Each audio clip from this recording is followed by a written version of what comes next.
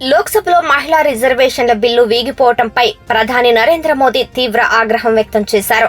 ప్రతిపక్షాలు మహిళా రిజర్వేషన్ బిల్లును వ్యతిరేకించడం నిరాశ కలిగించే చర్యగా ఆయన అభిప్రాయపడ్డారు. ఈ విషయంలో ప్రతిపక్షాలు చాలా పెద్ద తప్పు చేశాయన్నారు.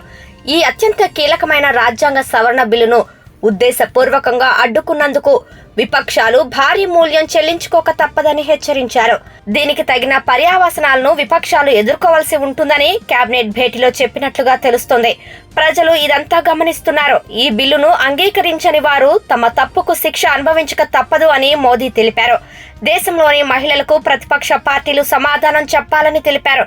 చట్టసభల్లో మహిళా ప్రాధాన్యం పెరగడం అనేది ఒక రాజకీయ అంశం కాదని, అది వారి ప్రాథమిక హక్కు అని ప్రధాని సభలో స్పష్టంగా తేల్చి చెప్పారు.